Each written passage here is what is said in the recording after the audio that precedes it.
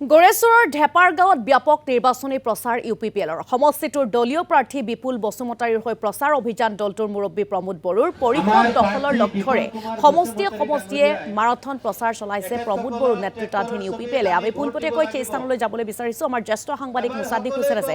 মুছাদ্দিক, শেহতীয়াকৈ আমি আপোনাৰ জৰিয়তে চাব বিচাৰিছোঁ ওদালগুৰিৰ ৰাজনৈতিক প্ৰেক্ষাপটৰ ছবিখন।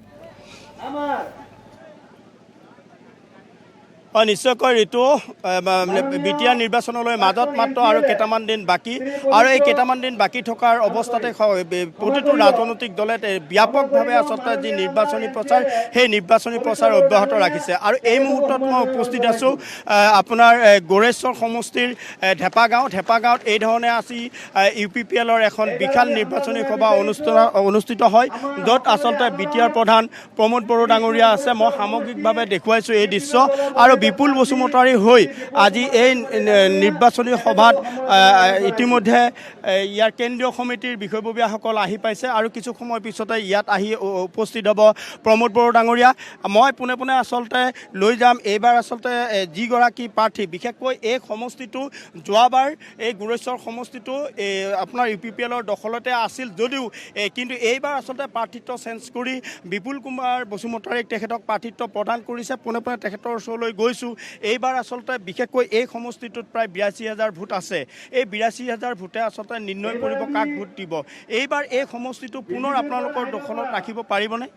হয়, এইটো চাওক, যোৱা ৫ বছৰত প্ৰমোদ বড়োৰ নেতৃত্বত বিটিআৰত যি এটা সুশাসন চলিছে, সুনীতি আৰু পৰিকল্পনাৰে বিভিন্ন জাতি জনগোষ্ঠীক লৈ ২৬টা জাতি জনগোষ্ঠীক লৈ যি একেলগে লৈ যোৱাৰ যি পৰিকল্পনা প্ৰমোদ বড়োৰ নেতৃত্বত হ'ল, আজি ভিন্নতাৰ মাজত ঐক্যতা আহি গ'ল। আমাৰ মাজত এটা সময়ত অশান্তিময় পৰিস্থিতি আছিলে, কিন্তু আজি প্ৰমোদ বড়োৰ নেতৃত্বত এটা শান্তি বাহাল কৰিছে। সকলো জাতি জনগোষ্ঠীৰ মাজত একতা ঘূৰি আহিছে, বিশ্বাস বন্ধুত্ববোধ আজি ঘূৰি আহিছে। তো গতিকে এইবাৰ প্ৰমোদ বড়োৰ যিটো নেতৃত্বক বিটিআৰৰ ৰাইজে আঁকোৱালি লৈছে, তেখেতৰ ওপৰত আস্থা ৰাখিছে।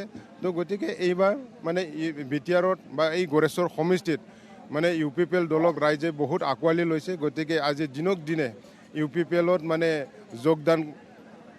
যোগদান কাৰ্যসূচী বাঢ়ি গৈ আছে। বিভিন্ন দল সংগঠনৰ পৰা যোগদান দিনক দিনে হৈ আছে। তো গতিকে এইবাৰ আমি ক'ব পাৰোঁ ডাঠিকৈ যে এইবাৰ ইউপিপিএল দলে ইয়াতে 100% জয়যুক্ত লাভ কৰিব। আৰু আমি দেখিছোঁ ইয়াত বিজেপিৰো প্ৰচাৰ সমান্তৰালভাৱে চলিছে, BPFৰ প্ৰচাৰ সমান্তৰালভাৱে চলিছে। কোন হ'ব আপোনালোকৰ ফেক্টৰ? নাই, চাওক, গণতন্ত্ৰ দেশত মই তাকে কৈ আছোঁ, গণতন্ত্ৰ দেশত গণতন্ত্ৰ ছিষ্টেমত বিভিন্ন দলে প্ৰাৰ্থী দিব পাৰে, অলৰেডি দিছে।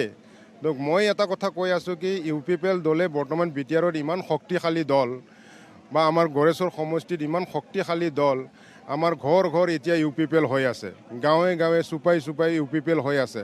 তো গতিকে মই সেইটোকে কৈছোঁ, অন্য দলে প্ৰাৰ্থীত্ব আগবঢ়াব পাৰে, কিন্তু ইউপিপিএল দলক প্ৰত্যাহ্বান জনাব পৰাকৈ তেনেকুৱা কোনো দল নাই। নিশ্চিতভাৱে আচলতে ঋতু ক'ব লাগিব, প্ৰায় ৮২,০০০ এই সমষ্টিটো ভোটাৰ আছে, আৰু এই সমষ্টিটোত এই ধৰণে আচলতে নিৰ্বাচনী প্ৰচাৰ অব্যাহত ৰাখিছে। আৰু বিশেষকৈ ক'ব লাগিব, এই সমষ্টিটোত প্ৰায় ২৮,০০০তকৈও অধিক ভোট ইয়াত বড়ো ভোটাৰ আছে, আৰু সমান্তৰালভাৱে ইয়াত সংখ্যালঘু সম্প্ৰদায়ৰ প্ৰায় ২০,০০০ ভোট ইয়াত আছে। আৰু সেই ধৰণে আচলতে বিভিন্ন অৰ্থাৎ বাঙালী সম্প্ৰদায়ৰ ভোটো ইয়াত প্ৰায় ১০,০০০তকৈও অধিক ভোট আছে। গতিকে এই সমষ্টিটো বিগত যোৱা ৫ বছৰত যিহেতুকে এই সমষ্টিটো BPFৰ দখলত আছে, আৰু সম্পূৰ্ণভাৱে এটা কথা ক'ব লাগিব ঋতু, বিটিআৰ চুক্তিৰ পিছতে সমগ্ৰ বিটিআৰত এক শান্তি পৰিৱেশ আচলতে বিৰাজ কৰিছে, আৰু এই শান্তি পৰিৱেশে আচলতে মুছাদ্দিক হুছেইন, আপোনাক ধন্যবাদ জ্ঞাপন কৰিছোঁ শেহতীয়াকৈ আমাক কিছু পৰিৱেশ তথা তথ্যসমূহ আগবঢ়োৱাৰ বাবে।